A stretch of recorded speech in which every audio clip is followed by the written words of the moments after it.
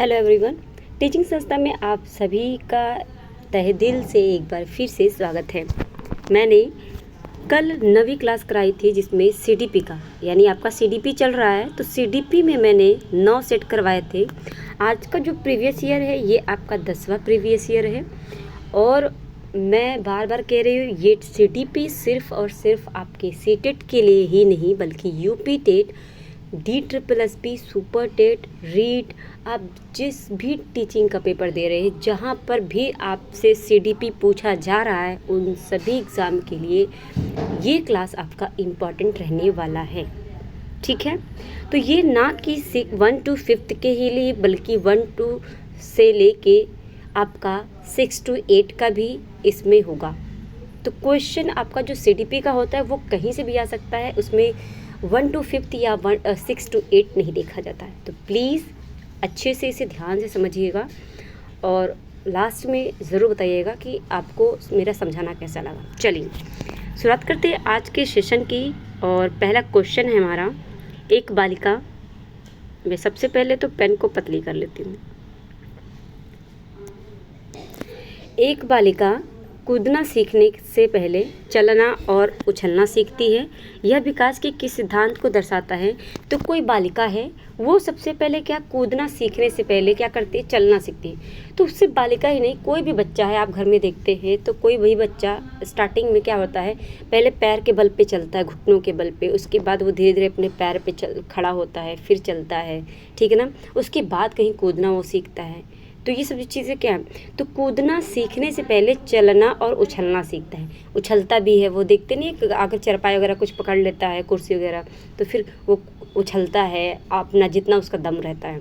यह विकास के किस सिद्धांत को दर्शाता है? तो ये आपका विकास के सभी आयाम पारस्परिक रूप से संबंधित है। यह विकास पूर्व अनुमानित प्रतिमानों का अनुसरण करता है। विकास की प्रकृति सततगामी नहीं है। तो ये तो निगेटिव है, आपसे पॉजिटिव पूछ रहा है तो पॉजिटिव ही बताना है। तो यहाँ पे अगर पूछ रहा है परिपक्व और अनुभव, तो परिपक्व की बात नहीं है, यहाँ पे बात कर रहा है विकास पूर्व अनुमानित प्रतिमानों का अनुसरण कर रहा है। ठीक है ना, ये बात आपकी सही हो जाएगी। अगला प्रश्न है, बालकों में वृद्धि और विकास में क्या शामिल है? तो बालकों में वृद्धि और विकास में क्या शामिल है? तो बालकों में वृद्धि और विकास में आपका दोनों ही शामिल है। दोनों यानी मात्रात्मक और गुणात्मक परिवर्तन दोनों ही होता है बालकों में, ठीक है ना, मात्रात्मक और गुणात्मक। और यहाँ पे एक चीज़ और ध्यान में रखेंगे, बालकों का मतलब सिर्फ ये नहीं कि सिर्फ मेल बालक की बात हो रही है, यहाँ पे सभी बच्चों की बात आ जा रही है, ठीक है ना। यहाँ पे मेल फीमेल दोनों ही बच्चों की आ जा रही है, सिर्फ एक बच्चे की बात नहीं हो रही है, ठीक है। हालांकि बालकों अगर यहाँ पे शब्द यूज़ किया है तो ये थोड़ा सा गलत है, लेकिन ठीक है आप समझेंगे। तो दोनों यानी मात्रात्मक और गुणात्मक परिवर्तन दोनों ही होता है बच्चों में, ठीक है। अगला प्रश्न है, निम्नलिखित में से कौन सा कारक भौतिक और सामाजिक दुनिया की जटिल शक्तियों को संबोधित करता है जो किसी बालिका के अनुभव को उसके विकास के दौरान करता है? तो देखिए बोला है कौन सा कारक भौतिक और सामाजिक दुनिया की जटिल शक्तियों को संबोधित करता है जो किसी बालिका के अनुभवों को उसके विकास के दौरान प्रभावित करता है, इफ़ेक्ट करता है। तो उनका नेचर जो होता है, लालन पालन होता है, वो इफ़ेक्ट करता है, ठीक है ना। सामाजिक दुनिया की पूछा है तो वो लालन पालन ही इफ़ेक्ट करता है। अगला प्रश्न है, निम्नलिखित में से कौन सी बच्चों के समाजीकरण की प्राथमिक संस्था है? तो प्राथमिक संस्था की मैं बात करूं अगर, तो फैमिली स्टार्टिंग में सबसे पहले बच्चा क्या है, फैमिली के बीच रहता है। उसके बाद जब वो थोड़ा बड़ा होता है, 1 से 2 साल के बाद वो बच्चा समाज के साथ इंटरेक्ट होना शुरू हो जाता है, ठीक है, यानी आस पड़ोस के साथ बच्चों के साथ खेलना, ठीक है ना। तो ये सब चीज़ें क्या हैं, ये आपका जब आस पड़ोस के बच्चों के साथ खेलने लगता है तब वो सेकेंडरी हो जाता है। लेकिन यहाँ पे पूछा है प्राथमिक का, तो प्राथमिक में आपका परिवार और यहाँ पे ऑप्शन आस पड़ोस भी दिया है तो ये भी आप ले लेंगे, तो ऑप्शन डी आपका सही हो जाएगा। देखिए यहाँ पे स्लाइड में मुझे पूरा क्वेश्चन दिखाने की वजह से, अगर मैं पूरा क्वेश्चन नहीं दिखाती हूँ तो आपका क्वेश्चन फिर जो है अधूरा अधूरा दिखेगा, इसलिए पूरा क्वेश्चन दिखाने के चक्कर में आपको आंसर भी दिख रहा होगा, जिसके लिए आप ये मत सोचिएगा कि आंसर दिख रहा है, तो कम से कम आपको आंसर दिख रहा है भले, लेकिन समझना ज़रूरी है, क्वेश्चन को समझना ज़रूरी है, ठीक है ना, कि क्वेश्चन कहना क्या चाहता है, उसका मतलब क्या है, आपको कॉन्सेप्ट क्लियर करना है। ये क्लियर हो गया तो ज़रूरी नहीं कि आपको ये क्वेश्चन ही मिले, वो किसी और लैंग्वेज में मिल सकता है। अगर आपका कॉन्सेप्ट क्लियर रहेगा तो आप किसी भी लैंग्वेज में लिख के आ जाए, आप उसे सॉल्व कर लेंगे अपने माइंड से, अपने विचार से, ठीक है। तो ये ध्यान में रखना है, ठीक है। अगला प्रश्न है, कमल स्वयं को तर्क देता है कि यदि तनु उसे एक क्रेयोन देगी तो वह उसे भी एक क्रेयोन देगा ताकि उपहारों के लेन देन में समानता रहे। यानी समानता की बात कर रहे हैं, अगर वो देगी तो मैं भी दूंगा, मैं दूंगा गिफ्ट तो वो भी गिफ्ट देगी, ठीक है ना, ये चीज़। तो कमल लॉरेंस कोहलबर्ग के नैतिक विकास के किस चरण में है? तो ऐसे तो बच्चों में होता है, ठीक है, नॉर्मल सी बात है, ये सब बच्चों में होता है कि वो देगी तभी मैं दूंगा गिफ्ट, है ना। तुम मेरे बर्थडे पे गिफ्ट लेके आए तो मैं तुम्हारे बर्थडे पे गिफ्ट लेके आऊँगी, ये चीज़ें होती है कि नहीं बच्चों में। तो ये यांत्रिक जो है आपका, ठीक है ना, यांत्रिक उद्देश्य अभिनवीकरणीय, यानी जो संवेदी, अगर जीन पियाजे की बात करो तो जो संवेदी अवस्था होती है जीन पियाजे की, वही यहाँ पे बात हो रहा है, यांत्रिक उद्देश्य अभिनवीकरण, ठीक है ना, ये नैतिक विकास के पहला चरण की बात कर रहा है, ठीक है, लॉरेंस कोहलबर्ग के अनुसार। अच्छा लड़की अच्छा लड़का, ये आपका आता है जो पूर्व संक्रियात्मक अवस्था होती है, जो बच्चों का मैं बात करूँ अगर मैं, तो जो सेकेंड लेवल का स्तर होता है उसमें अच्छा लड़की अच्छा लड़का बच्चा अब अपने माँ बाप को या आस पड़ोस के या टीचर्स को जो है के सामने अच्छा बनने के लिए, यानी उनकी तारीफ पाने के लिए ये सब करता है। तो ये चीज़ें उसमें आ जाती हैं, ठीक है, ये ध्यान में रखेंगे। अगला प्रश्न है, संज्ञानात्मक विकास के किस चरण में बच्चे एक दूसरे के साथ खेल संबंधी विचार साझा करते हैं और इस समझ को कि संकेत वस्तु को दर्शाते हैं, सुदृढ़ करते हैं, लेकिन संरक्षण करने में असक्षम होते हैं। तो वो क्या है, हर चीज़ में ठीक है लेकिन उसको संरक्षण करने में असक्षम होते हैं। तो ये संवेदी पेशे होता है या औपचारिक? तो औपचारिक संक्रियात्मक तो बिल्कुल नहीं होगा, ये 11 से ऊपर की जो अवस्था होती है इसमें तो बच्चा सक्षम होता है। पूर्व संक्रियात्मक अवस्था हो जाएगा या मूर्त संक्रियात्मक अवस्था। तो यहाँ पे अगर पूछा है कि संज्ञानात्मक विकास के किस चरण में बच्चे एक दूसरे के साथ खेल संबंधी विचार साझा करते हैं, तो ये आपका आ जाएगा पूर्व संक्रियात्मक अवस्था, ठीक है ना। मूर्त संक्रियात्मक अवस्था में बच्चा तर्क संगत की बातें करने लगता है, ठीक है ना, कैलकुलेशन वगैरह बच्चे को आने लगती है, ठीक है। तो ये सब चीज़ें क्या है, वो पूर्व मूर्त संक्रियात्मक अवस्था में आ जाएगा। और यहाँ पे अब जो आंसर हो जाएगा वो ऑप्शन सी हो जाएगा। अगला प्रश्न है, एक 6 वर्षीय यानी 6 साल का जो बच्चा है, 6 वर्षीय बालिका सोचती है कि लंबे गिलास में, ठीक है, कोई लंबा गिलास है, ठीक है, उस लंबे गिलास में छोटे और चौड़े बर्तन से अधिक पानी आता है, ठीक है ना। कोई छोटा बर्तन है, चौड़ा है, ठीक है, तो उससे अधिक आता है पानी, ठीक है। यद्यपि उसकी आंखों के सामने ही पानी एक बर्तन से दूसरे बर्तन में पलटा गया, यानी इसको एक दूसरे के उसमें पलटा गया यही पानी, ठीक है ना। पियाजे के अनुसार बालिका की यह सोच किस योग्यता की कमी को दर्शाता है? तो ये जो है सोच बच्चे की क्रमबद्धता की योग्यता या फिर सोपान क्रमिक वर्गीकरण योग्यता या फिर अकेंद्रीयता या फिर आपका अनुपातिक तर्क की योग्यता।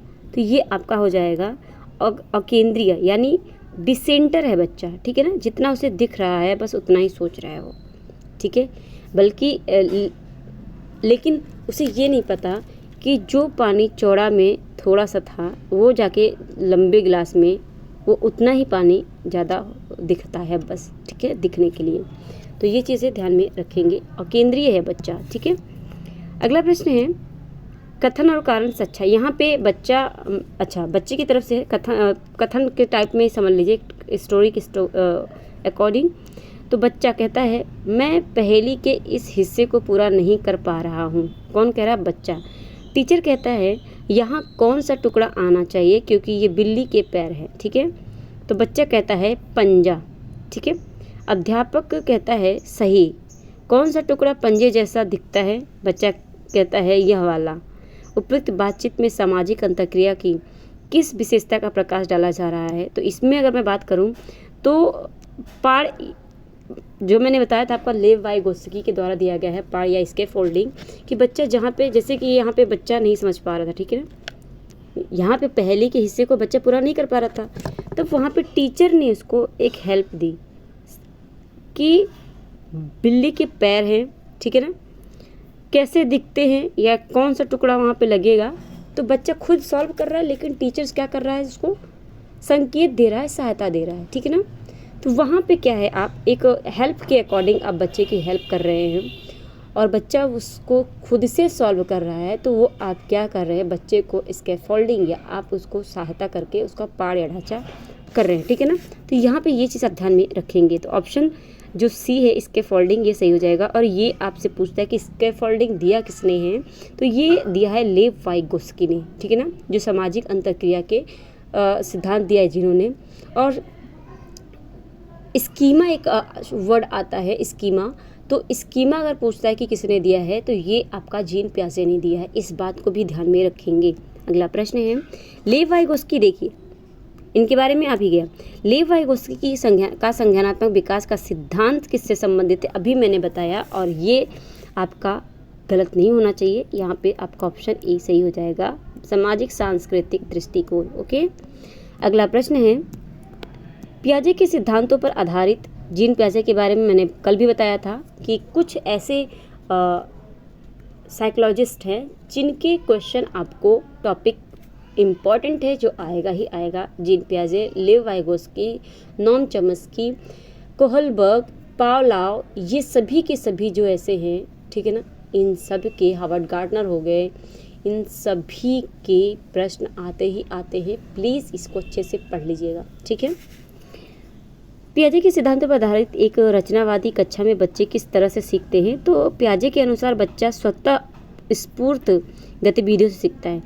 पियाजे कहते हैं कि बच्चा स्वयं से सीखता है, ठीक है ना, स्वतः सीखता है। और यहीं पे अगर मैं इसी का उल्टा अगर पूछूं, अगर कहता है कि लेव वाइगोत्स्की के अनुसार बच्चा कैसे सीखता है, तो लेव वाइगोत्स्की कहते हैं कि बच्चा पेड़ से सीखता है, समाज से सीखता है, ठीक है ना।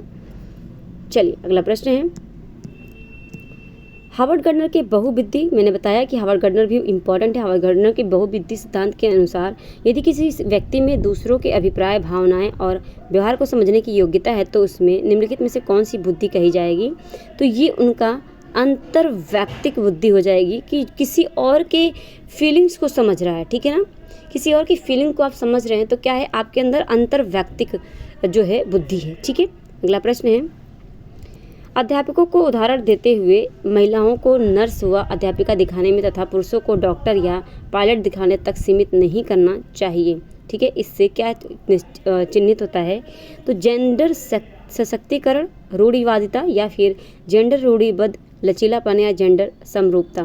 तो यहाँ पे आपका जो हो जाएगा ये जेंडर समरूपता भी हो जाएगा और जेंडर रूढ़िवादिता भी हो जाएगा, ठीक है ना। तो ये दोनों ही आपके हो जाएंगे बी और डी, ऑप्शन बी और डी। अगला प्रश्न है कथन और कारण से, मैंने बताया था इम्पॉर्टेंट है। बच्चों के भाषाई विकास के लिए प्राथमिक स्तर की कक्षाओं में मुद्रित समृद्ध प्रवेश आवश्यक है, क्योंकि भावनाओं के अधिगम में महत्वपूर्ण भूमिका निभाती है, ठीक है।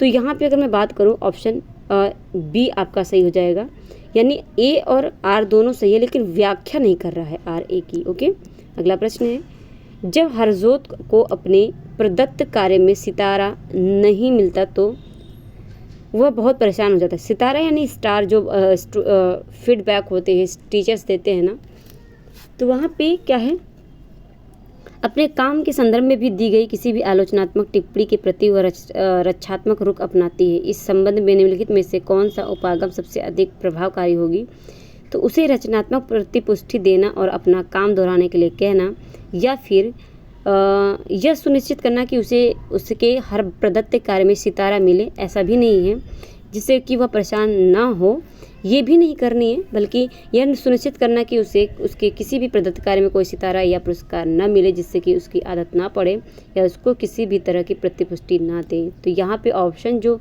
मेरे हिसाब से जो ए है, देखिए ऑप्शन ए सही है, बिकॉज यहाँ पे इन्होंने बोला है उसे रचनात्मक प्रतिपुष्टि दें और अपना काम दोहराने के लिए कहें, ठीक है ना, ये आपका सही हो जाएगा। अगला प्रश्न है निम्नलिखित में से कौन सी पोर्टफोलियो की विशेषता नहीं है? तो पोर्टफोलियो समय विशेष के दौरान किए गए कार्यों को संकलित करता है और विकासात्मक परिवर्तनों पर प्रकाश डालता है।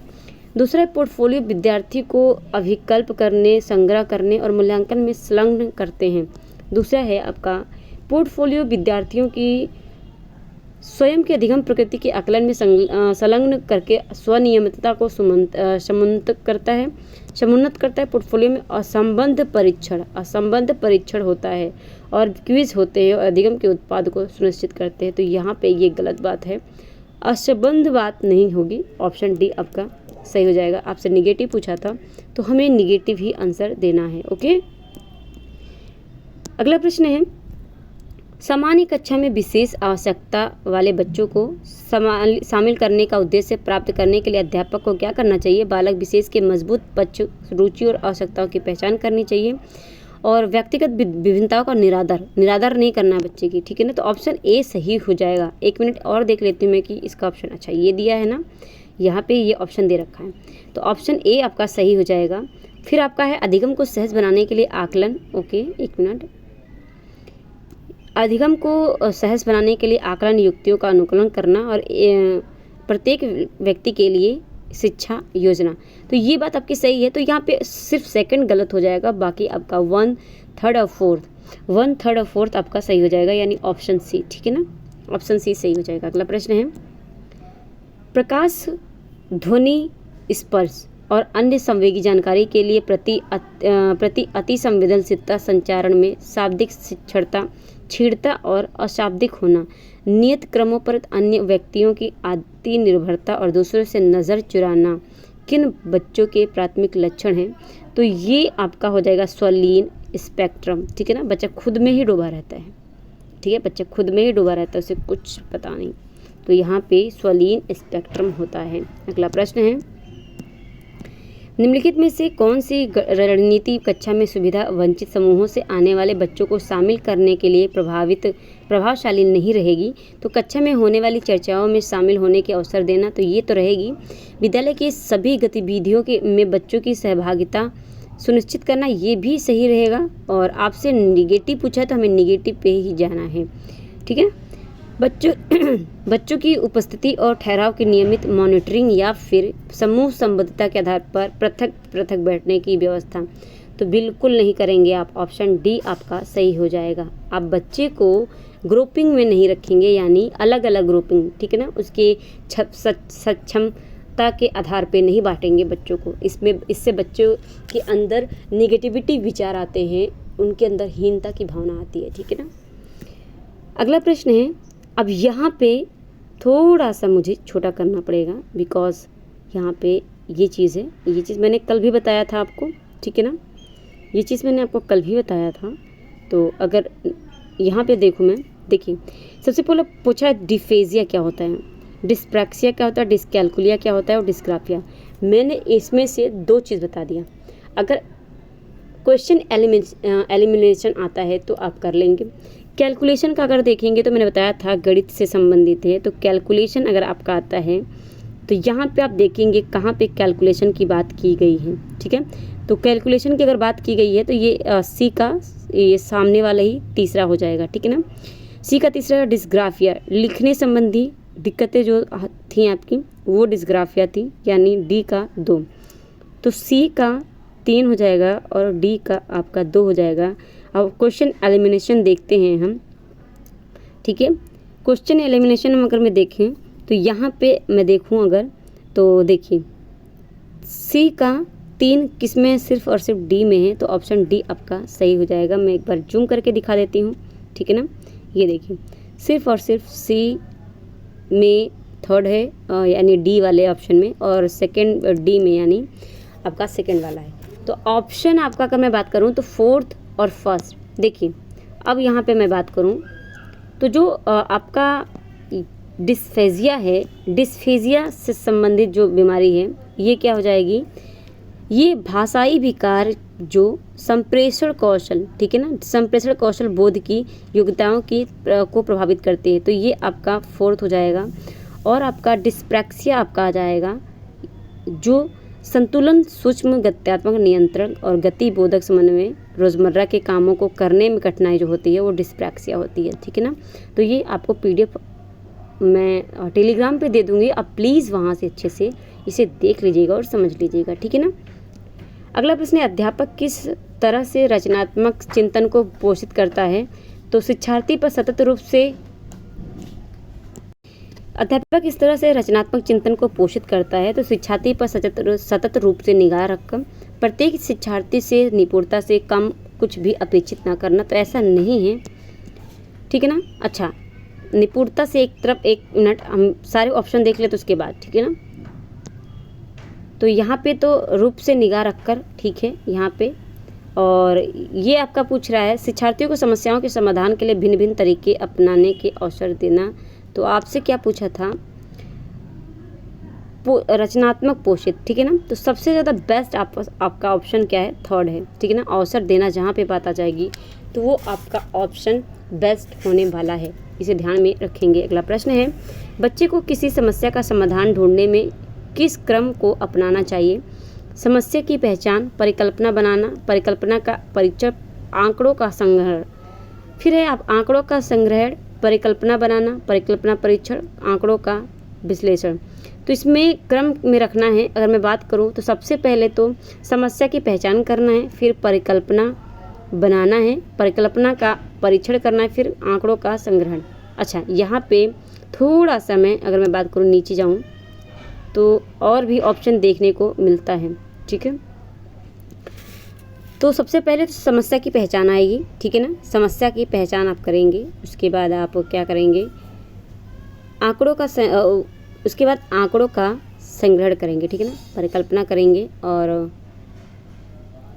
मैं बात करूं यहाँ पे तो ऑप्शन ए और सी दोनों ही ऑप्शन सही हो जाएंगे, बिकॉज यहाँ पे देखेंगे आप तो समस्या की पहचान, परिकल्पना बनाना और परिकल्पना का परीक्षण, आंकड़ों का संग्रहण। ठीक है।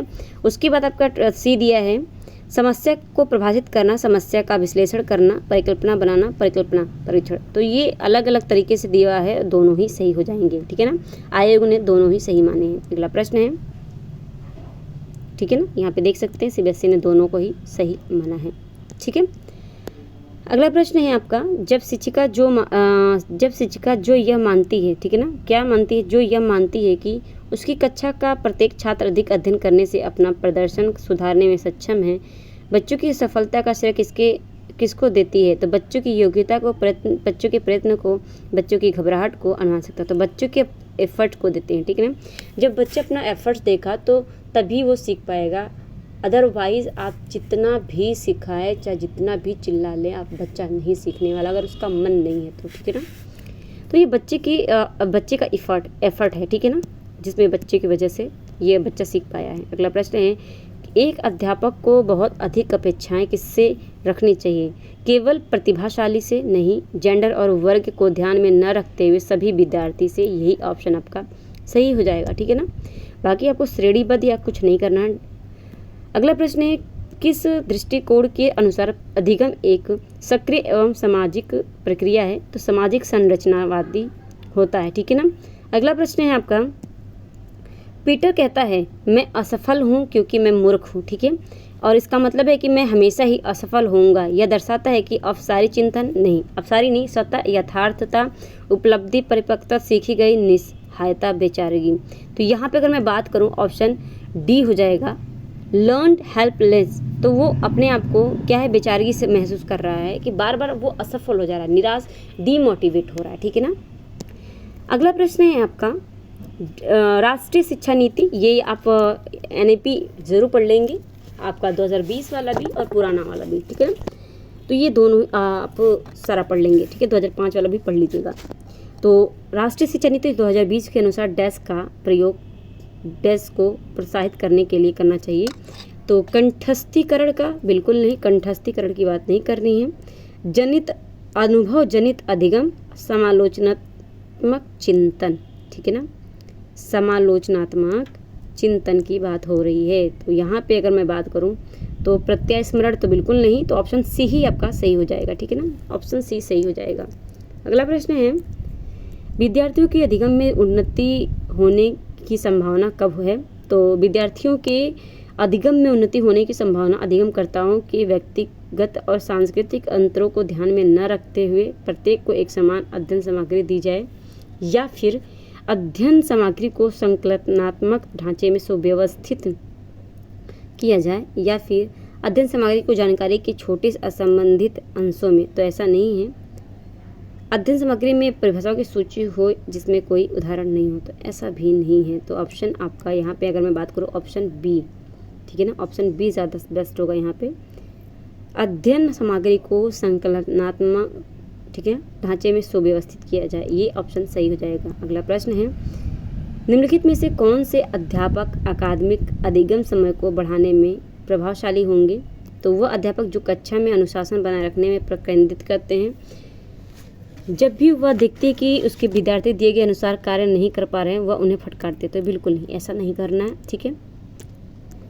अगला है, वह अध्यापक जो अपने विद्यार्थियों को बताते हैं कि उन्हें कोई गतिविधि कब तक पूरी कर लेनी चाहिए और दूसरी गतिविधि में जाने के समय संगीत की धुन बजा देती हैं, ठीक है, ये भी नहीं।